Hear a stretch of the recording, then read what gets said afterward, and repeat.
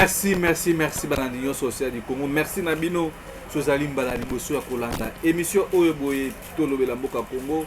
Bo s'abonner massivement et puis bo partager l'émission parce que émission Oyo Boye a caractère sensibilisation, émission Oyo éveil patriotique, tout ça ko la Moussa Bayi Kongomani. Oyo Boye bazana na kati ya distraction. Yango wana bomona Océan du Congo et pesa bilenge opportunité pour na koleka sensibiliser et puis éveiller conseil c'est Yabayi Kongomani banso alors pour hésiter pour partager émission ils allaient payer une manière pour nabino ya pour soutenir émission mais bande kolanga ba Kongomani passe na mawa ndenge boyebi situation sécurité mboka biso ministre sommet salemaki na Luanda et puis calendrier électoral ebimi et puis qu'est-ce qui se passe réellement la ville à Bukavu na Goma Tshisekedi tato banaye ko bisabino kino Tshisekedi aena kaka mission ya officialiser balkanisation bande commission bino bandoki bino boye koso lelo oyo bonde tozolo ba awa légion mosusu ya ba militaire Kenya et uti ko atterri na ville ya Goma lelo na tomo awa pour vous dire que ministre sommet salemaki na Luanda ba imposer Tshisekedi ya kondima oyo boye batu état de l'Est EAC ezalaki comme makanisi na bango et puis na kati ya EAC wana bandeko na ngai na ba recherche na sali na mibeko na bango ndenge batia ezali ke no mboka moko teki kokende kozwa mboka moto misusu mais tango limbondo akei kokotisa biso na makambo ya état de l'Est ba modifier ko nini mobeko likonzi na bango ba loi ya EAC pour dire que non tango RDC ko s'adhérer na EAC ba modifier loi na bango ba lobino mboka mosusu ekoki kopesa mabele na pays moko ya EAC membre pour na ba raison songolo pakala directement là on voit la RDC. Félix ne connaissait rien, Félix a signé l'accord wana que non au nom de ya coalition na bango ya état de l'Est RDC et ko mabele na bango ndambu kopesa ba force ya ba pays misusu wana Burundi, Rwanda, Uganda et Koso na Kenya. Nani yango koki kondima même nde toza abo na Congo na Kisasa même na bande poza na diaspora yo fute la kandaku nandako zo fute ya de chambre na salon be de chambre na salon mukolo lopangu ou bien mupaya moko bo alo bakeno ndenge zali wana nandako zo fute la soki batu nanga baye naza capable ya kokonsa ba na kati ya chambre wana qui peut accepter ça? Donc lelo bonne tozolo ba awa boba na Congo notre pays est humilié parce que ministre sommet à Luanda et respecté ba corps na ngote. Donc batu wana tinenge bazoya basoda ya Kenya ya Burundi ya Uganda batu wana baye ba créer zone tapon na yebisa bino makambo zone tapon awa bokeno zone tapon cela veut dire que non bino bandeko boza côté ya Bunagana na bandeko baza côté ya Fizi muto okasa na côté ya Moninga azati bota la bisika Félix a officialisé balkanisation mboka biso nani ngoko ki kondimelo ko ya boye batu ya IDPS na bandeko na biso ba Taliban ote Kagame boye koya ezate Kagame bangi Tshisekedi azobela ba évoquer ba raison ebele tellement bantu wana na mituna bango bazana kama lobate ba évoquer ba raison eza une manière Kagame foka ki biso a sabota bino makambo na bino na ça ne me concerne pas même ba résolution au bazui bon mona première rencontre monsieur Semaka na Luanda Kagame ya tatinaka ministre des affaires étrangères na ba kena ministre même monsieur Nairobi Kagame ya été donc a saboter makambo bino bozolo ba donc avec ces gens là ba touti bozo mona bango wana ba touti soki bokena bango na schéma ya dialogue boye baka que non fait diffère ba ton ba ko sa nini ba ko dribbler bino nde ba uti ko dribbler biso awa bo ti bozo mona présence armée ya Kenya bozo mona présence armée ya Burundi ya Uganda batu wana déjà boye ba ngo ke ndenge eza awa bo bande ko ngai ba kongomani to perdre déjà mabele wana soki ke to bundi te pona mabele ya Congo parce que d'autres gens bazomona batu wana bakoya bakobunda boye bango batu wana baye kobunda te batu wana baye pona kozwa mabele wana ekoma na état de l'Est ndenge mission na bango ezalaki parce que soki boko se rappeler lisusu Tshisekedi Tshilombo alobaka no botika kobunda pona mabele ce n'est pas important pona bino bayi congolais bobunda pona mabele parce que mabele komi munene ndelelo oyo boye bozomona bisika oyo boye Félix a officialisé mission na ye. Donc Félix a qui pouvoir te pona koya ko résoudre ba problème oya banda ko ba keno Kabila Rwanda Kabila nini boy Kabila boy mais lelo oyo boy botala mboka bisike kei to comme instrument ya moquerie na monde entier. Docteur Denis Mukwege ekuti ko loba na tongo ya lelo a tweeté kutu ndenge za wana na Bukavu na Goma bazo salela bureau service ya ANR ya DGM bazo salela lokomoko. Lokomoko cela veut dire que non ba Rwandais na ba Congolais ba komi ko vendre bureau moko bazo travailler pour la situation sécurité ya mboka.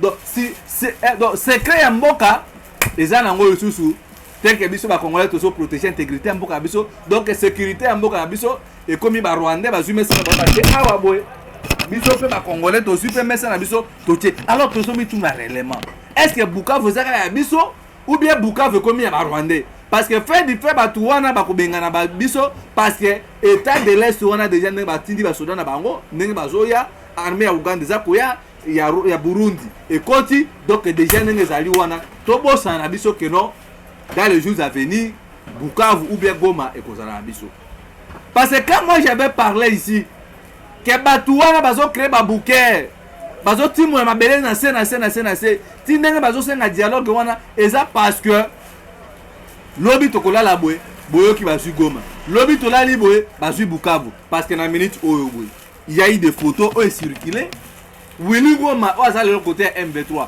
c'est militaire IDPS ba photo bimi bande kona ngai botala mboka nini ba partager ces services à sécurité ya mboka nini tika ko partager service na bango ya renseignement na mboka mosusu à part kaka Tshisekedi na bande kona biso IDPS tela bisika bato ba memi mboka ya biso secret ya mboka ebani lisusu te même état Kabila bien que banda kosala yango mais etika jamais kozala visible c'est le moment où ba opposant ba lingi ba bima batelemisa peuple na congolais na balabala mais attention ba opposant ba lobito te e kozaka bobima pacifique ba pesi bino ba ligne bokotambola awa boy bokosuka awa boy donc na Congo na minute oyo boy yango na bozomona nazo comprendre que ba opposant congolais la plupart bayebi makambo zo salema oyo boy mais baza na courage on ate akodokoloba makambo oyo boy service ya ANR eza lokola ba français na ba belge bino ba belge boya na service na bino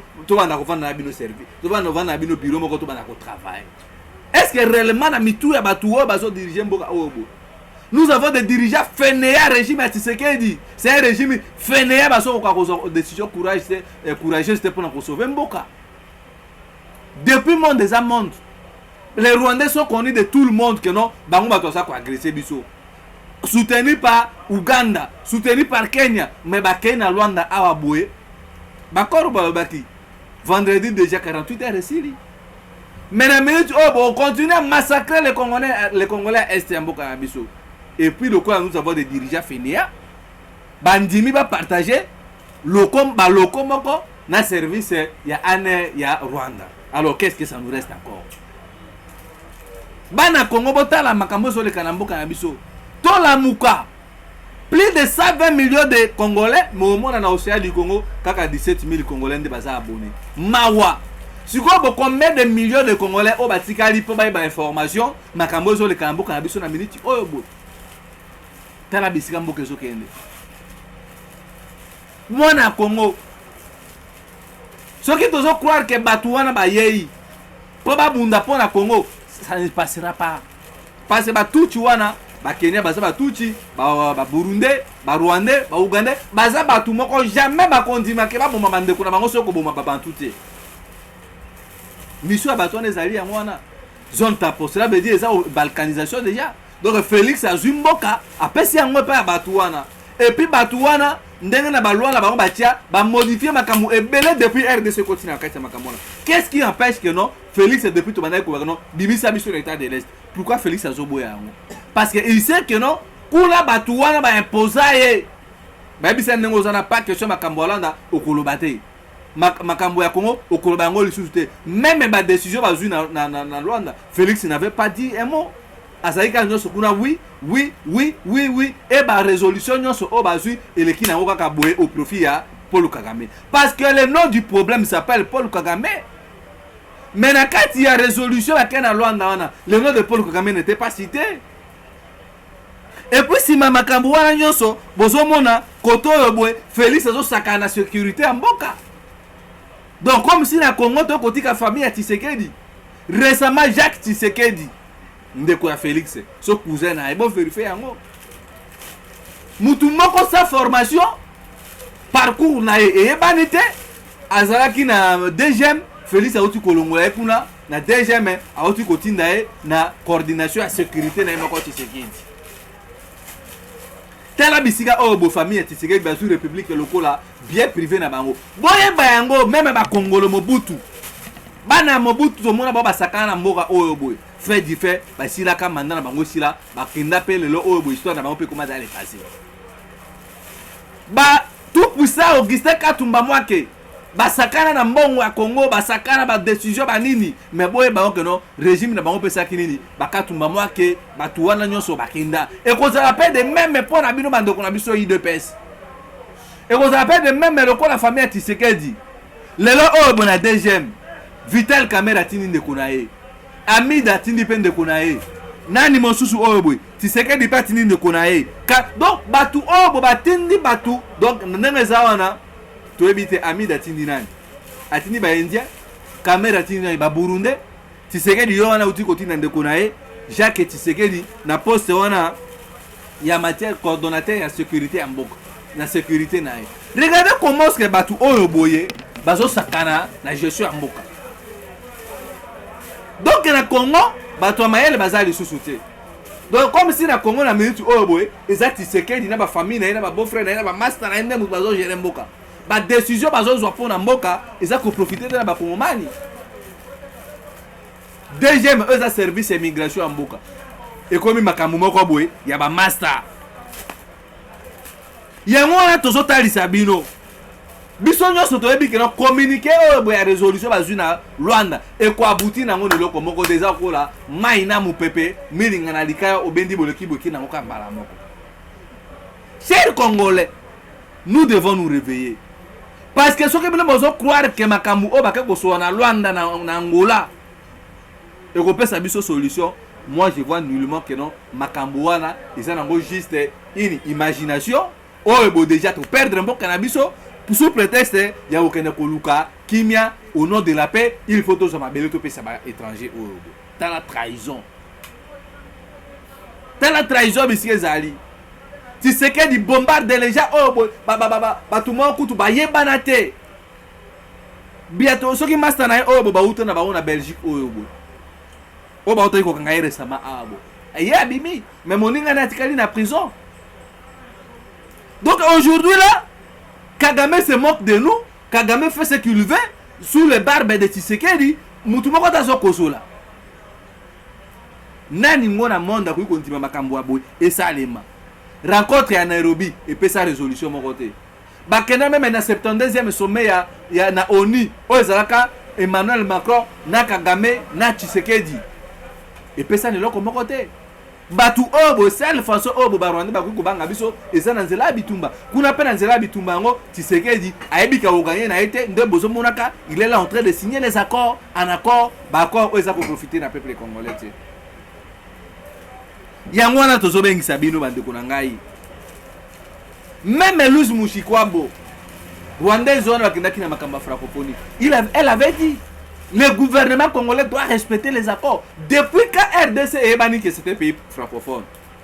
Mais tout le monde Emmanuel Macron ko parrainé Kagame, ko parrainé Rwanda. Oh bah élu Louis Mushikwabo comme président de l'OIF.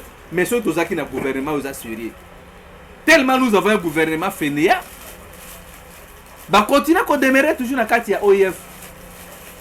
Si nous avons des dirigeants baza responsables. Ben déjà ba bimisa biso makamba francophonie. Tokene na biso ta ko na biso ta makambo ya pays anglophone. Tout le monde soutient soutient le Rwanda. Mais na munoko Tshisekedi comme ils sont le couteau na carte na bango.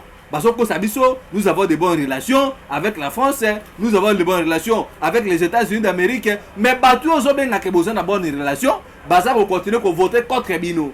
est-ce que réellement on peut dire que non, nous avons de très bonnes relations avec ces gens? Nous sommes déjà caractérisés nini bazo biso au sérieuté. Nous devons nous battre pour na mabele na biso.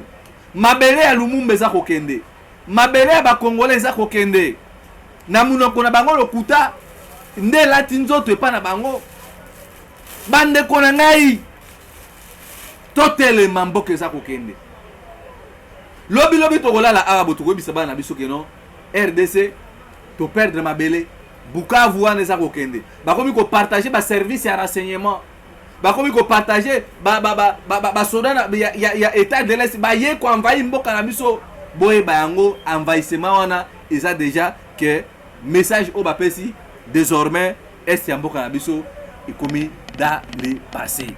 Chers Congolais, bota la makambo Denis Kadima uti ko sala na calendrier électoral. Déjà glissement zali. Élection au besoin nango juste tricherie déjà à préparer. Bakasaye bakimi nzala na Kasai. Tous les Kasai ndé boyebi confondus. Bakimi nzala bakimi tracasserie vie eza passe na Kasai. Mba ezate transport ezate biloko akoli ezate. Bakasaye baza éparpillé na minute oyobo. Mais normalement, toyebi ke batu ba vota ka ibele za bande kwa est. Tozui Katanga. Muketo eko ba Congo, Équateur et puis qui ça sande bato ba vota ka ibele. Mais bon, dans le niveau de tricherie de Denis Kadima Sali a eu plus de 5000 bureaux à vente. Nabisika oh bato bazalité avec ko bombarder en okulu pa na ba on Kasai. Pour dire que tant bo ken une élection, oh non ba Kasai ba vota kimi, mais biso to bi ki ba Kasai ba kima kinzala. Donc na logique boye na Kasai na minute oh boy bato baza mingité. Tala déjà tricherie bato oh baza pour préparer. Tala niveau de dimension oh baza ko luka que non chaos électoral et ça le en 2023. Depuis que Kasai o ba kiminzala bato bazo kufana kwa shoko bazo kufana na manque ya kolia biloko Denis Kadima ache 5000 bureaux et l'équipe a bureau nyonso na Congo. Félix Ezo la forcer. Azu bande kona nyonso a Kasai ache bango na cour constitutionnelle, ache bango na armée, ache bango na ba services spéciaux, ache bango na ba boy. Po ba yebi ke ba ko réciter bilan na bango za largement négatif. Lelo o be calendrier électoral e uti ko bima. Boté la calendrier électoral qui élection c'est en 2023 mais Denis Kadima le quoi ça au service à Tshisekedi na ba Rwandais calendrier électoral eux conseil ma présidence de députation nationale provinciale et qu'on sort Tshisekedi a pris ordre calendrier électoral le 20 décembre 2023 des élections et Kubanda oyo kozala élection présidentielle municipale et puis une élection par député national qui est provincial. Donc élection est débordée date nango même. Donc na angle on va pesi kabu ya pesa na téléphone total sabiro bisika oh boy tricherie de Yezali. Parce que c'était prévu que la date où ils a prévu élection, il a fallu calendrier électoral et ça il m'a bien avant. Mais bango ba yeli biso ba lobi non, il faut et propagande et banda na date ya le 20 pour essayer la siko mokoni. Donc proclamation et élection présidentielle to kota tina ba mois en mars. Pour na kosala ba résultat définitif. Tala Tshisekedi ninga zo sakana bato. Tshisekedi azolinga ami komisa Rwanda Congo na hérité. Donc na calendrier o ebimi ya tricherie o yobu. Yango na bomo na kacha fongana bisabino élection ko pesa solution te. Seule solution ça manenge c'est makana ni obo Blaise nani o Blegunde na Côte d'Ivoire. Oui, mais ma révolution en Côte d'Ivoire, il y a eu des soulèvements populaires. Oh, bah tout même, si le boy, situation des anano, toujours un peu alarmante. Dans le calendrier, il y a bande qu'on a besoin de sali Denis Kadima. Qu'est-ce que Denis Kadima dit? Élection générale. Donc, élection générale, on a toujours une élection présidentielle, députation nationale, élection provinciale, tout éviter. C'est une élection municipale, et ça, on a aussi comme on a nommé bande qu'on a bango, il y a eu deux personnes, il y a bourgmestre. Le 20 décembre 2023. Le 20 décembre 2023 d'élection sur Banda. Prestation et serment. Il y a président de la République et Gosalema le 20 janvier 2024. T'as le niveau à tricherie. Scrutin des sénateurs le 24 février 2024 et puis scrutin des maires le 27 mai 2024. Et puis dans Souka, scrutin va conseiller boto la dimension Tshisekedi na Denis Kadima baso sakana na batu oyo boye ba moni lokola baza ba bololé na bango lelo oyo boye to ba que élection il faut ça les manaba municipaux élection municipale élection à bourgmestre mais Kabuya oyo boye a nommé ba militaire batuna bango ya Kasai dans république comme république ya Kasai balongoli ba bourgmestre tout obino boye baki wana batie bande kuna bango ya Kasai batie ba militaire na bango ya IDPS batuna bango ya MLC donc eza comme si que non ba bourgmestre o ba nommé eza na ba bourgmestre ya Union Sacrée 90% za batu o boye ba Kasai nde ba nommé bango na kati ya ba commune sikoyo boye tant bozolo ba vraiment oyo penza za démocratie. Comment est-ce que tu serais dit depuis ailleurs à son nommé Kabande Kouraye ba Kasai compétence ou compétence c'était ba son nommé Kabatouana. Chers Congolais, mboke zo kene mabe. Ba longoli ba bourgmestre ça pour autant qu'on respecte volonté oyo boye mobe ko likonzi aboka biso lobi. Regardez-moi ça chers Congolais. Lelo oyo bona uti komona ser nangai oyo boye nani madame Villa auto sala na ba mission militante moko ya MLC. Bache vice bourgmestre ya commune ali ngwala tala Tshisekedi bisika zo sakana batu kuna na Kasai donc Félix azomona donc le quoi commune nzambe na Congo la plupart na lobi abo vérifier 90% sont des Kasai ya ba nomination ba nommer ba bourgmestre siko babilo kwa bout donc na Congo méritocratie do ba province misu bazata par ka ba Kasai. Comme ça, vous voulez la cohésion nationale. Tant que vous avez le temps de l'Isanga, est-ce que même mon bout de ce Azara qui n'explose, tu sais que dans un angle boy. Il y a que ça la beauté. Bozumbo Kabope si Rwandais. Ba nomination Kaba Kasaye. Ba tongo pe bozo nommé Maël Mouké, ba tanga ba pe ba derrière ba classe cité. Si vous boyez, ceux qui te lobby, ou to zo mité mamabe. Chers Congolais, nous devons nous réveiller. Félix a officialisé la balkanisation en Mboka. Félix ba Uganda bavana kina ba kuna ye mutoko ko se ba Uganda ba Kenya bavana kina bango abengi bango wana nani akofuta batu obo nyoso bazwa na mboka na biso parce que Monisco pe azali abo nani akofuta batu wana Félix azali kama pona mboka Félix c'est une malédiction pour le Congo et ça sonina mawa kozana mutoko Félix obo il ne voit pas les dangers obo mboka na biso au courir dans les jours à venir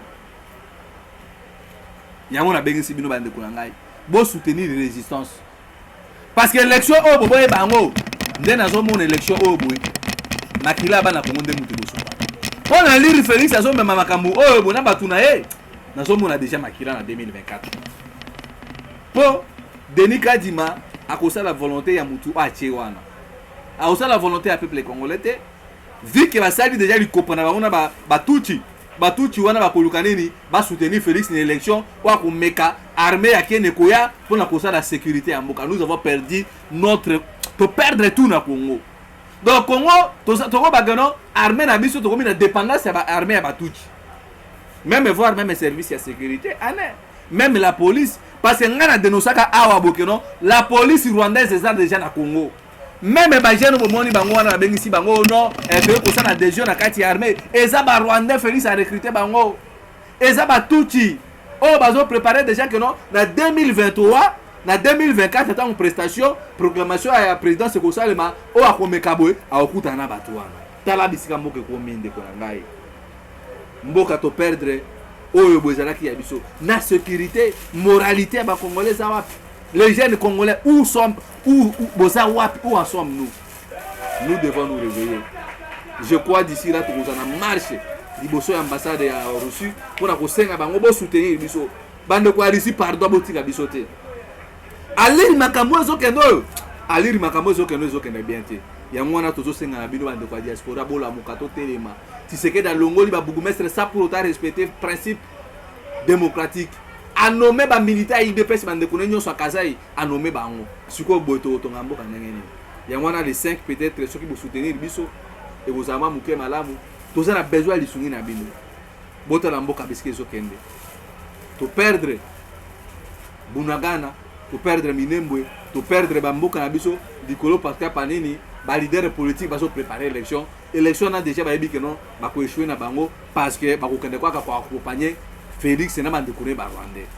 Alors tout ça a besoin de sungi na bino. De sungi na bino sur le plan financier, sur le plan moral. Bon année pe yango o boza koya. Wodi ko sana mela mana yo nini boy. E ko ka yote o ke no ba orphelin misu bazali. Na kisasa a bazangelo kwa kolata. Tindela biso to kende botika yango na fondation c'est du Congo. Et ko sana pe pona oli pamboli pona année o. Biso to zo bunda to za wana pona ko sunga pe bande o ba kelele. Elamba ya kala melo ko mori ke saka susu na importance te na fondation c'est du Congo to kende pe kotika la bande ko wana isa pe pona bino li pamboli o boza ko luka bo arracher d'ici année o boye ya fin de l'année.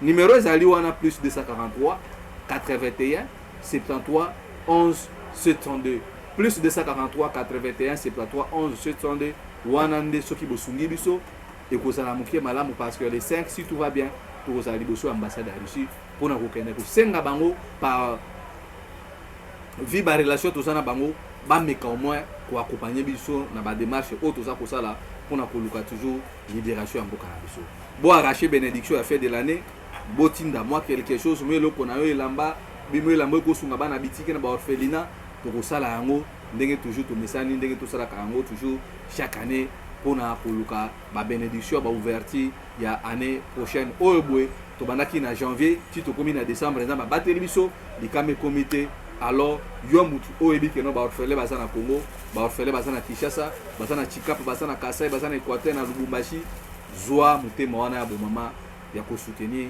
pambate loboko o epesaka nde yango mutu ezalaka toujours béni plus de 143 81 73 11 702 wana nde bokoki kobenga biso lisungi na bino ekozala accueilli na maboko ya kofungama nga na bino tokutani prochainement ingeta